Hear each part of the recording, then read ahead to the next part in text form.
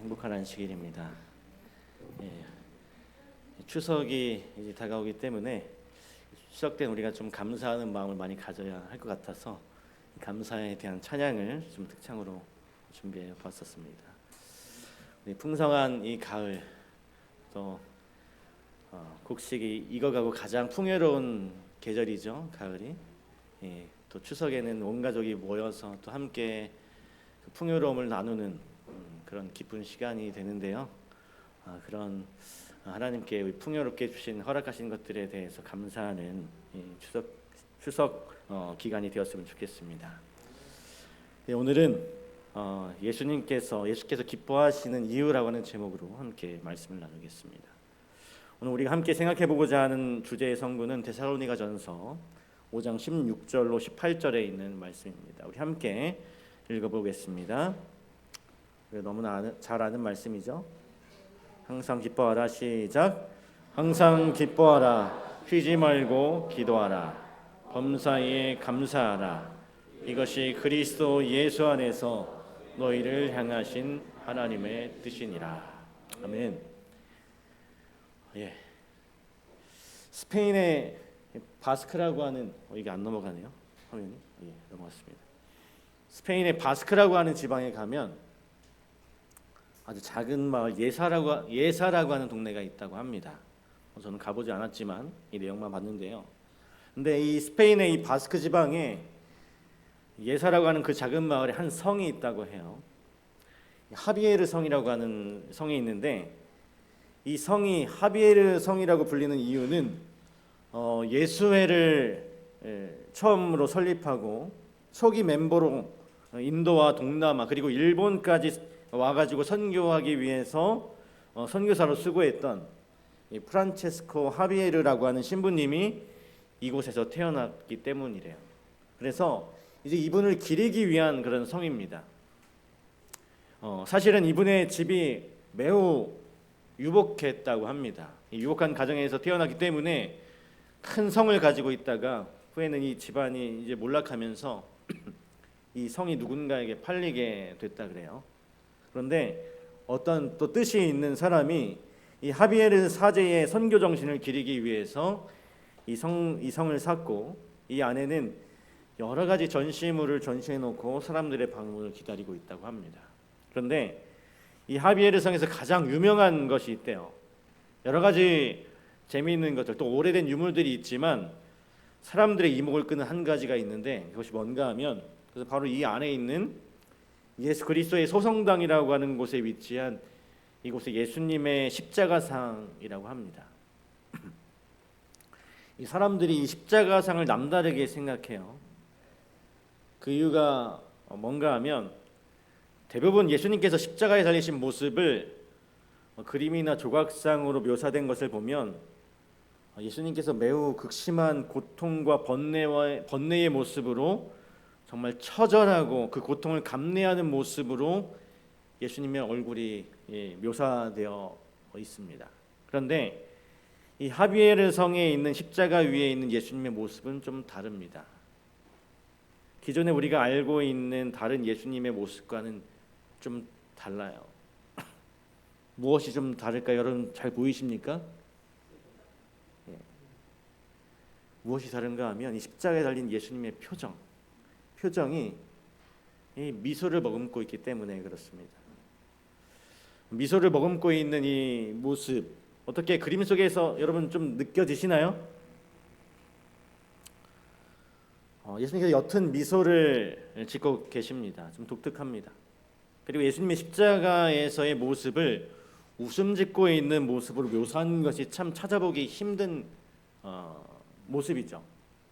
특별히 이 십자가 위에서 웃으시는 예수님은 당시에 중세 로마 카톨릭에 있어서는 금기시 되다시피 한 그런 교회의 전통에 아주 반하는 그런 모습이었습니다. 왜 그런가 하면 이 당시의 교회는 웃음이라고 하는 것이 이교적인 것이라고 생각했습니다. 근데 이렇게 여기 하비에르 성에 있는 예수님의 미소뿐만 아니라 좀 몇 군데에서 예수님의 십자가의 모습을 미소 짓는 모습으로 묘사한 그림을 드물게 찾을 수 있다 그래요. 그런데 그 이유는 사실상 여전히 우리가 그 신비의 오묘를 알 수 없죠. 예수님의 신성과 인성에 대해서. 그런데 오랫동안 이 기독론에 대해서 토론하면서 예수님께서 십자가에 달리실 때 그 인성은 고통당하셨지만 그렇다면 예수님의 신성도 고통을 당하셨는가라고 하는 이 질문, 어떻게 신성이 고통을 당하고 죽임을 당할 수 있는가에 대한 어떤 그런 물음, 이것에 대한 신학적인 이 접근으로 이런 조각상을 만들었다라고 하는 것입니다. 예수님의 인성은 좀 고통을 당하셨을지 모르지만 그 신성은 고통당하지 않으셨을 것이다라고 하는 그 신학적인 배경 속에서 십자가 위에서 미소 짓는 예수님의 모습을 간혹 표현한 작품들이 있다라고 합니다.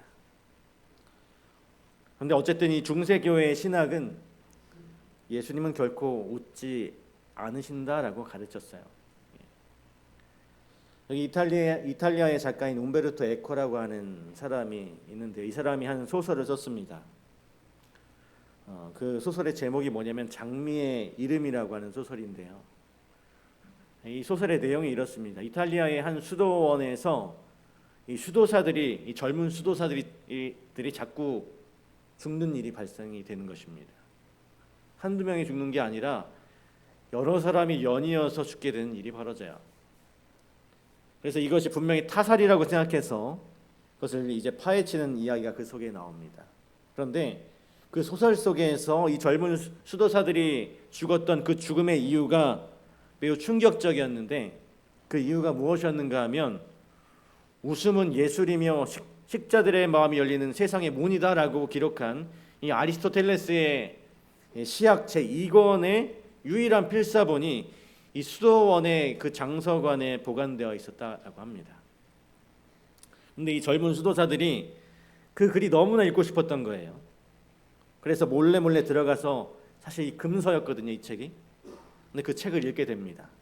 근데 그것을 알게 된 그 수도원의 늙은 수도사인 호르에라고 하는 사람이 그 이교의 책을 읽는다는 그 이유로 이 젊은 수도사들을 다 독살시키는 것이었습니다.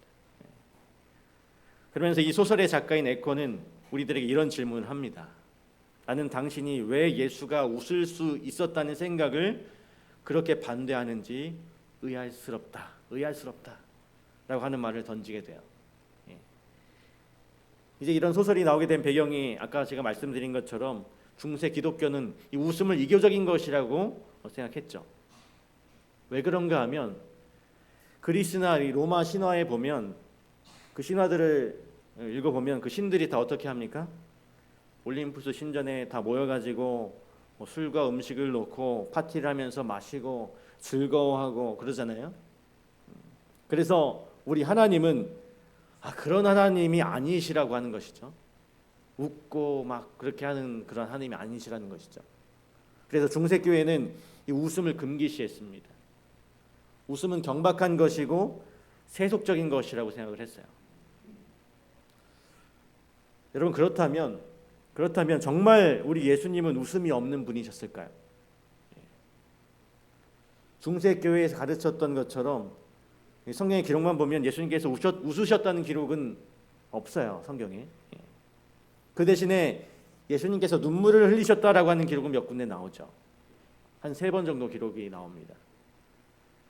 예수님께서 이 나사로의 무덤 앞에 오셨을 때 예수님께서 눈물을 흘리셨고, 또 멸망이 임박한 예루살렘 성을 보시고 예수님께서 우셨습니다. 그리고 예수님께서 마지막 십자가를 앞두고 겟세마네 동산에서 피땀을 흘려 기도하실 때, 복음서에 기록되어 있지는 않지만 히브리서는 기록하기를 그분이 심한 통곡과 눈물로 기도하셨다라고 기록해요. 그래서 우리가 일반적으로 예수님에 대해서 어떻게 생각하는가 하면 예수님은 아주 진지하고 근엄하고 웃음기가 전혀 없는 그런 엄숙한 얼굴을 가진 분이 아니셨을까, 이렇게 우리가 생각하기도 하죠. 그럼 여러분, 예수님께서 정말 기쁨이, 즐거움이, 웃음이 없으셨던 분일까? 정말 웃지 않으셨을까? 여러분 어떻게 생각하십니까? 예수님은 항상 근엄하셨을까요? 그 근엄함을 유지하셨을까요? 그럴 것 같지 않으시죠? 예. 예. 예수님께서 이 땅에 오셔서 온 동네를 다니시면서 많은 사람을 만나셨을 때 마음의 위로가 필요한 사람, 병약하고 유약한 자들이 예수님께 다가와서 예수님을 만나면 예수님을 통해서 위로를 얻고 평화를 얻고 평강을 얻었다라고 하는 성경의 기록이 있거든요. 그런데 예수님께서 맨날 엄숙한 표정으로 근엄한 표정으로 그들을 대했다면 그들이 예수님을 만나서 그런 평화와 안식을 얻지 못했을 것입니다. 그래서 여러분 이 정노의 계단에서 이렇게 예수님의 표정에 대해서 설명하고 있어요. 예수는 울기는 하였으나 웃은 일은 도무지 없다는 말을 흔히 한다. 우리가 그렇게 생각한다는 거죠. 우리 구주께서는 참으로 슬픔에 처한 자였으며 비통을 잘 아셨나니 이는 그가 인류의 모든 우고를 위하여 당신의 마음을 여신 까닭이다. 우리가 그렇게 생각하는 이유는 그분이 이 땅에 오셔서 우리와 똑같은 질고를 지고 우리가 똑같은 고난을 당하셨기 때문에, 그래서 우리가 늘 우울하게 사는 것처럼 그분도 똑같은 질고를 지셨기 때문에 그분의 표정이 늘 근심에 쌓이지 않았을까 이렇게 생각한다라고 하는 것입니다. 계속해서 보면 그러나 그의 생애는 극기의 생애였나니 비록 고통과 근심으로 그늘졌을지라도 그의 정신은 꺾이지 아니하셨다. 그의 얼굴에는 근심이나 원망의 표정이 없고 도리어 항상 인정하고 침착한 표정을 띠셨다. 그의 마음은 생명샘이었고 그는 어디를 가시든지 안정과 화평과 기쁨과 즐거움을 주셨다. 비록 그 마음은 우리와 똑같이 우리 인류가 가지고 있는 이 죄의 짐 그리고 인간적으로 느끼는 고통을 다 느끼셨지만 그의 표정은 안정되셨고 침착하셨고 밝은 표정으로 이 땅에 오셔서 사람들을 대하셨음을 우리 정노의 계단은 설명해 주고 있습니다. 여러분, 예수님은 밝은 분이셨어요. 즐거운 웃음이 있는 분이셨습니다. 만약 예수님이 늘 인상을 쓰고 말도 하나도 재미없는 그런 분이셨다면 그 성경의 기록 가운데 이 4,000명이나 되는 많은 사람들이 사흘 동안 밥도 먹지 않고 예수님의 말씀을 들었다고 기록했거든요. 여러분, 대중 연설을 할 때 사람들의 주의를 집중시키려면 무엇이 있어야 됩니까? 웃음이 있어야 됩니다. 웃음이 있어야 돼요. 그 내용이 아무리 좋아도 이 강연자가 좀 위트도 있고 웃음이 좀 있어야 그 주의를 집중시킬 수 있거든요. 그런데 여러분, 사흘 동안 이 남녀노소를 밥도 먹는 것을 잊어버리게 할 만큼 그분의 말씀이 너무 즐거웠다면 아마 분명 예수님은 듣는 이들로 하여금 웃음 짓게 하는 유머 위트가 있지 않으셨을까? 우리가 충분히 그렇게 생각해 볼 수 있는 것이죠. 그래서 실제로 마가복음 12장에 보면 예수님께서 성전에서 가르치실세라고 이제 시작을 해서 1절에 시작해서 마지막 37절에 뭐라고 그러냐면 백성이 즐겁게 듣더라라고 이렇게 끝이 납니다. 예수님의 말씀은 아주 재미있으셨어요. 즐거웠고 유쾌했고 그 말씀에 생명력이 있으셨죠. 한번 이렇게 보면 예수님은 밝고 유쾌하며 웃음과 위트가 있는 분이셨음을 이 성경에 그분이 웃으셨다라고 하는 기록은 없지만 우리는 충분히 생각해 볼 수 있고 상상해 볼 수 있는 것 같습니다. 그러나 우리가 잘 아는 것처럼 예수님의 공생의 기간, 이 공생애라고 하는 그 삶은 예수님에게 항상 좋은 일만 있지는 않으셨죠. 우리 주님 앞에는 많은 어려움이 있었고 호시탐탐 그 예수님을 모함하려고 하는 그런 사람들, 예수님을 비난하는 사람들, 온갖 조롱과 그리고 고난이 그분 앞에 있었습니다. 아울러 예수님께서 이 땅에 오셔서 죽어가는 죄인들, 병들고 나약한 당신의 자녀들을 바라보시면서 그 모든 영적인 짐을 지셔야 했기 때문에, 그리고 그런 죄인들을 바라보실 때 그들을 불쌍히 여기셨기 때문에 아마 그분의 마음은 그분의 표정과는 달리 매우 무겁고 힘들지 않았을까? 우리는 또 이렇게 생각해 볼 수 있는 것이죠. 그래서 겟세마네 동산에서 예수님께서 이렇게 말씀하셨습니다. 이에 말씀하시되 내 마음이 심히 고민하여 죽게 되었으니. 주님께서 매우 슬퍼하셨고 고민하셨습니다. 정말 죽을 것 같은 그런 고민이 있으셨어요. 그렇게 심히 고민된다고 말씀하셨습니다. 여러분, 그렇다면 오늘 우리가 생각해 보려고 하는 항상 기뻐하라, 이것이 우리를 향하신 하나님의 뜻이라고 했는데요. 그러면 예수님께서는 이 땅에 오셔서 우리들의 모본이 되시고 인성을 가지시고 이 땅에서의 삶을 사셨는데, 그럼 그분께서 오늘 우리에게 어떻게 항상 기뻐하는 삶이란 이런 것이다라고 그분께서 보여주셨을까요?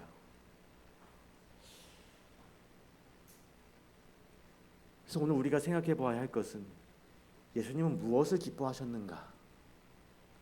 예수님의 기쁨은 무엇이었는가를 우리가 좀 생각해 보려고 하는 것입니다. 복음서에는 예수님께서 기뻐하셨다라고 하는 표현이 2번 나옵니다. 우리는 이 2번의 이 기뻐하심의 장면을 통해서 우리 주님께서는 무슨 일로 기뻐하시는지, 무슨 일로 참 즐거워하셨는지 그 원리를 찾을 수 있게 될 것입니다. 첫 번째로 예수님께서 기뻐하셨다라고 하는 기록되고 있는 표현은 요한복음 11장 15절에 기록되어 있습니다.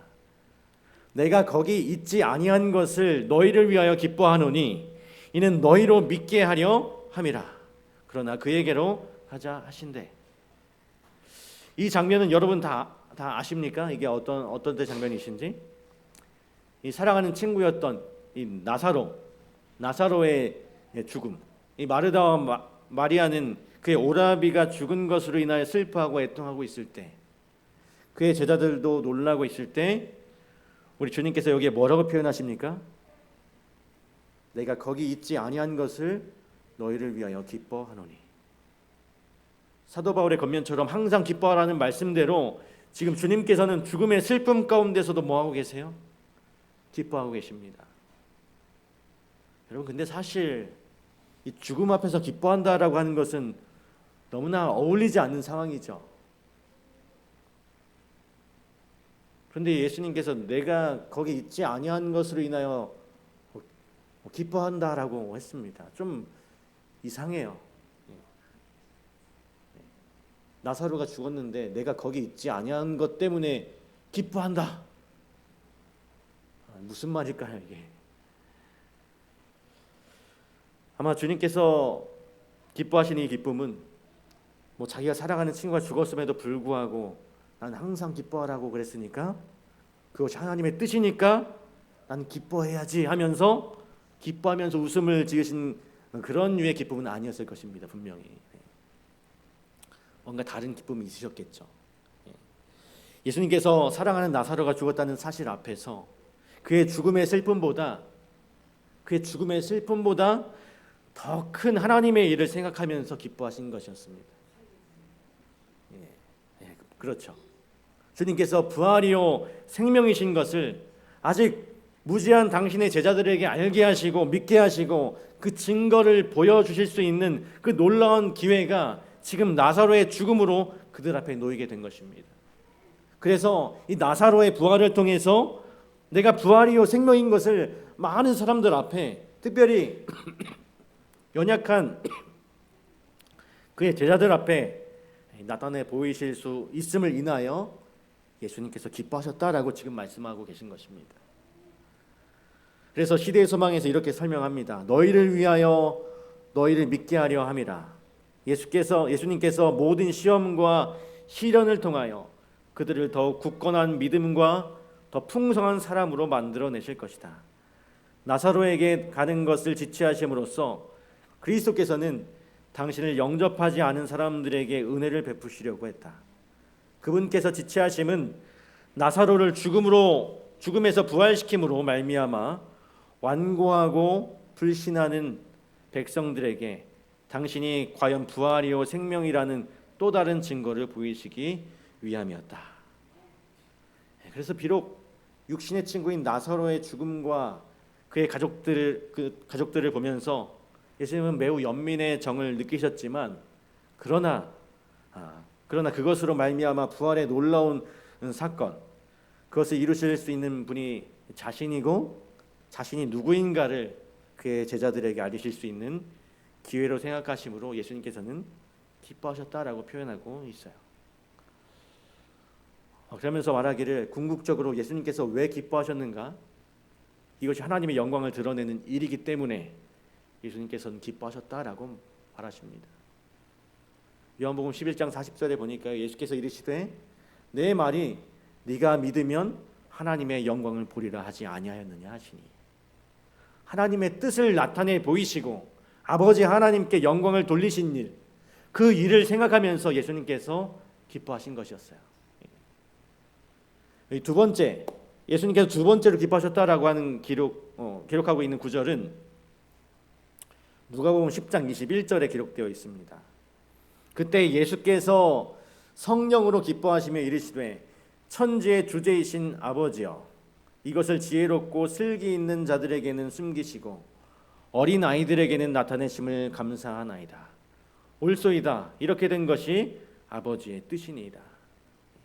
누가복음 10장의 사건 앞에 어떤 일이 있었냐면, 예수님께서 각 마을에 각처로 보내신 70인의 제자들이 예수님의 이름으로 나가서 복음을 증거하고 예수님의 이름으로 나가서 병자들을 고치고 귀신을 쫓아내는 놀라운 일들을 하고 돌아와서 그들이 아주 매우 상리된 그 마음으로 예수님, 우리가 예수님의 이름으로 귀신을 쫓아냈습니다.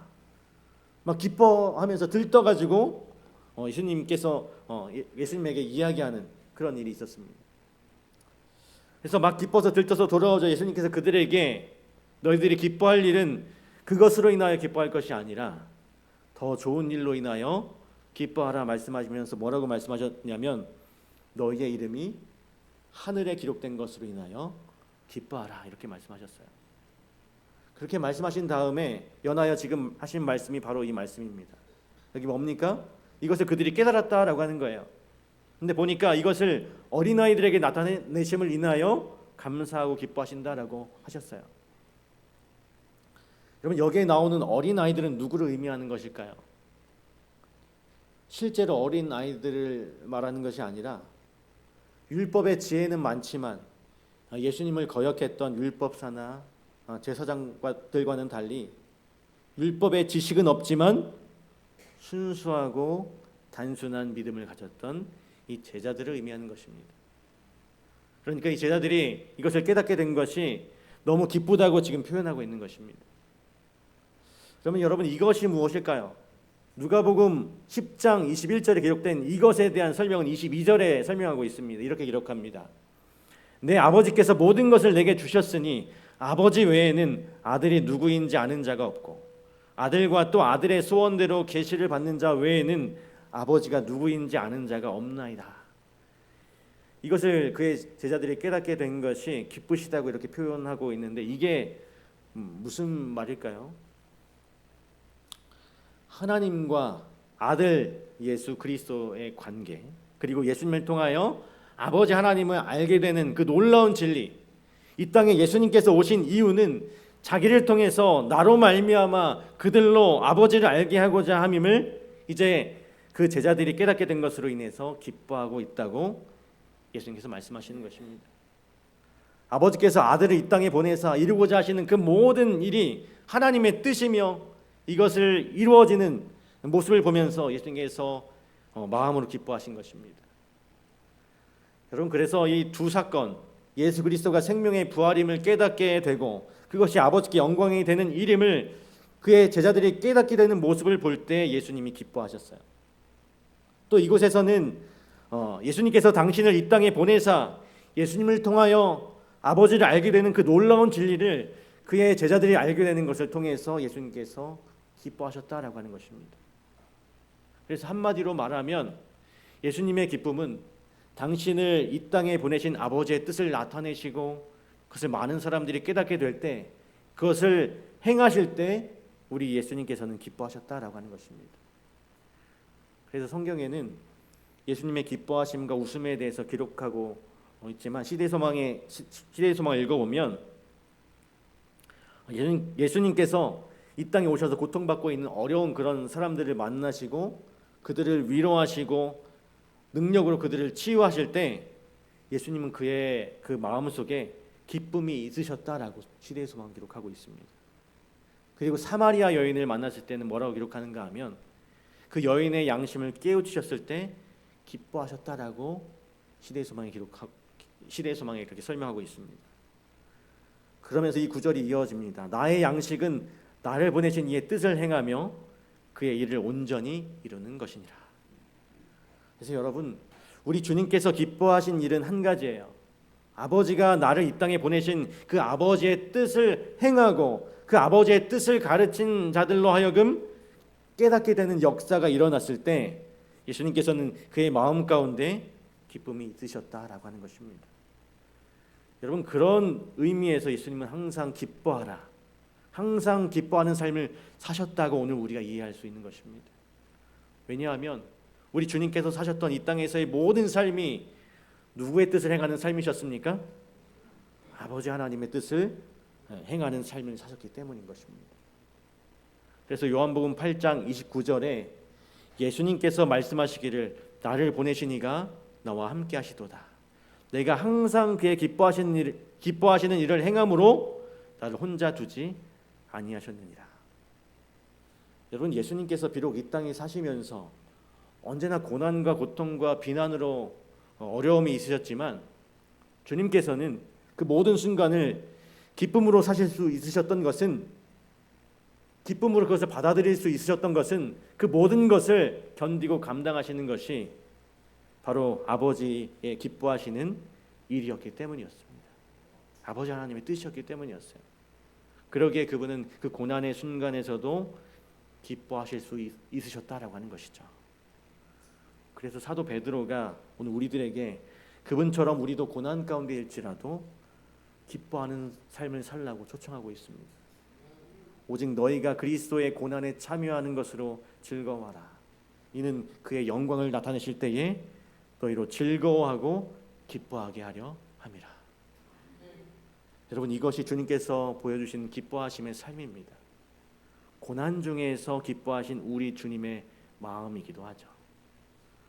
그래서 예수님은 사도 바울이 오늘 우리들에게 이 데살로니가 전서에서 권면하고 있는 것처럼 고난 가운데 있을지라도 항상 기뻐하는 삶을 살도록 오늘 우리들에게 삶의 모본으로 보여주신 거예요. 우리가 이제 원리는 깨달았습니다. 원리는 깨달았어요. 우리가 아버지의 일을 행할 때 그 상황이 어떠하든지 우리는 기뻐할 수 있다라고 하는 것입니다. 여러분, 그런데 우리가 뭐 지식적으로 이 말씀으로 깨닫기는 하지만 우리들의 삶 가운데 이 고난과 고통과 어려움이 있는데도 이 항상 기뻐한다는 것이 쉬울까요? 그렇게 한다는 것이 참 어렵죠. 어려운 일입니다. 어떻게 보면 사실 그것이 가능할까라는 의문이 들기도 합니다. 시도 때도 없이 무슨 일이 있어도 항상 기뻐하는 그런 삶, 웃음으로 그 고통을 승화할 수 있는 그런 삶이 정말 가능할까? 여러분, 이 세상에, 우리가 사는 이 세상에 그렇게 할 수 있는 한 부류의 사람이 있어요. 누굴까요? 욥은 죽었잖아요. 그런 부류의 사람이 있습니다. 항상 웃으며 기뻐할 수 있는 사람. 누굴까요?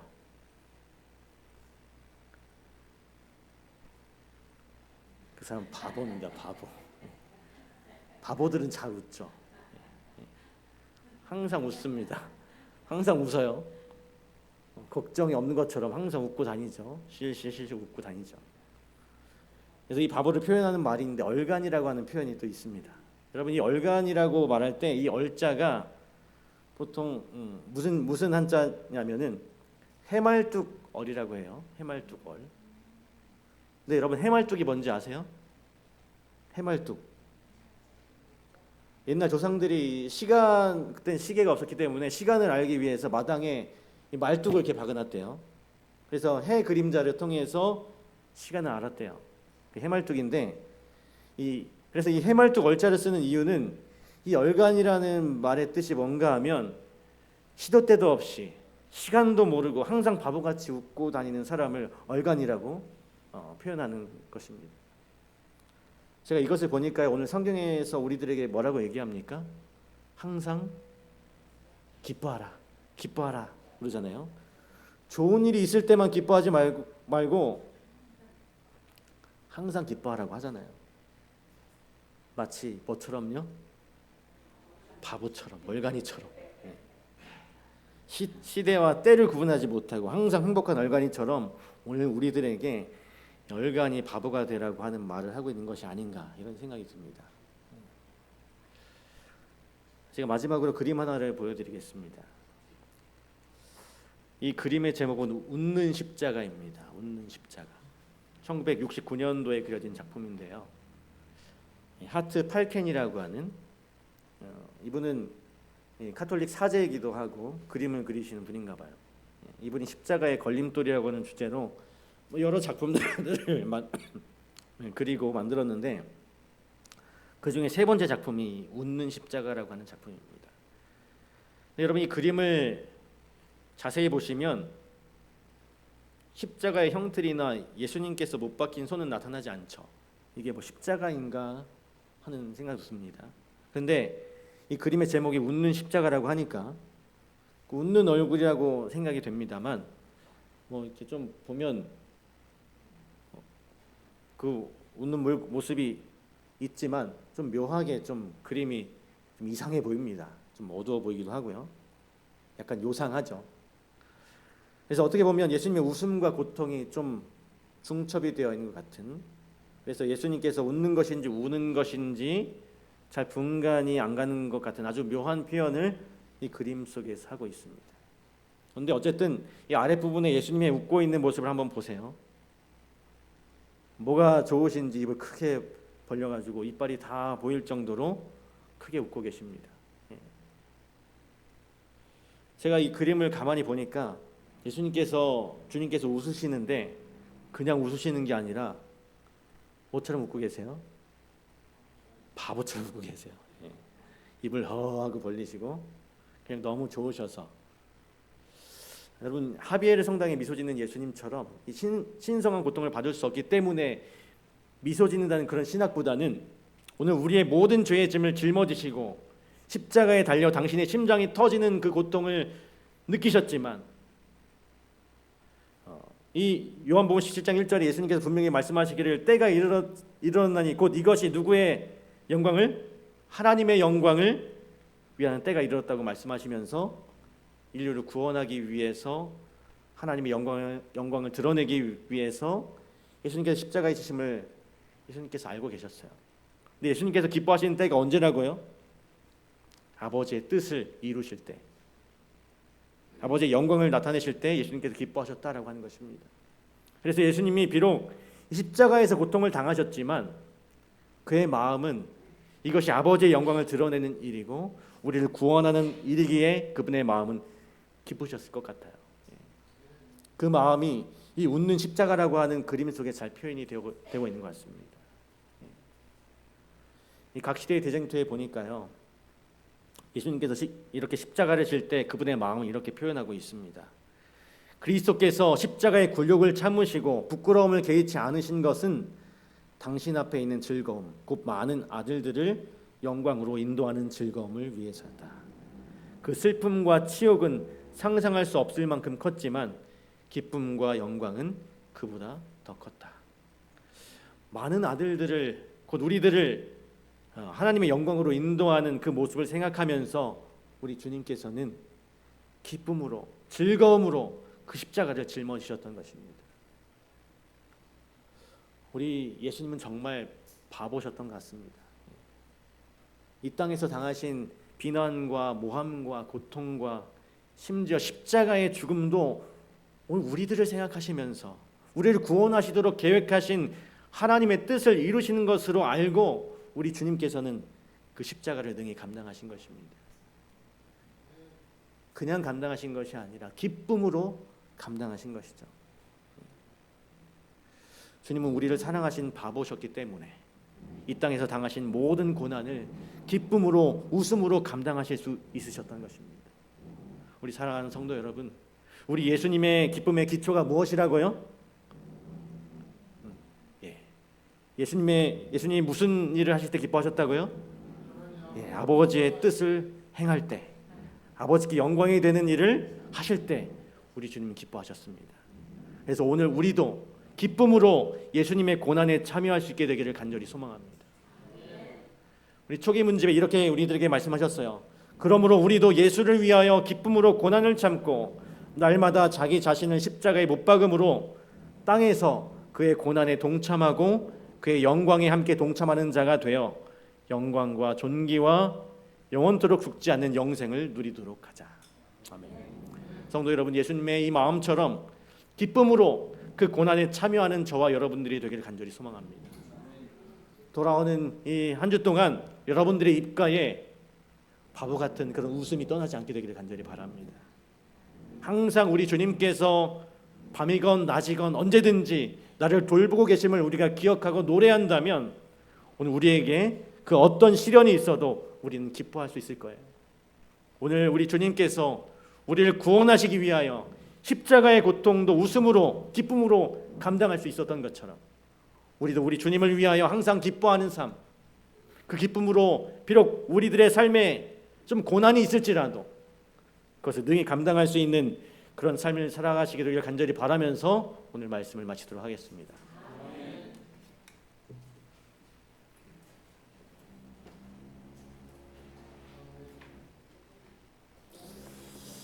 네, 말씀 감사합니다. 다 함께 일어나셔서 찬미 224장 찬양하시겠습니다. 찬미회 목사님께서 축도해 주시겠습니다.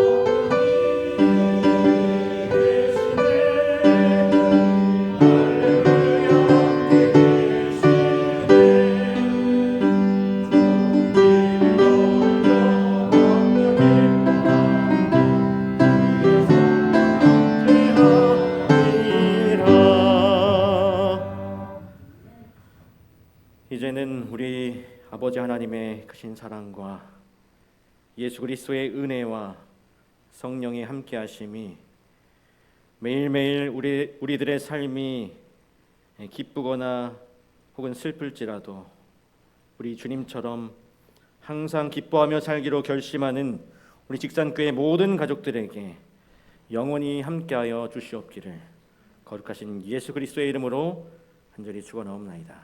아멘.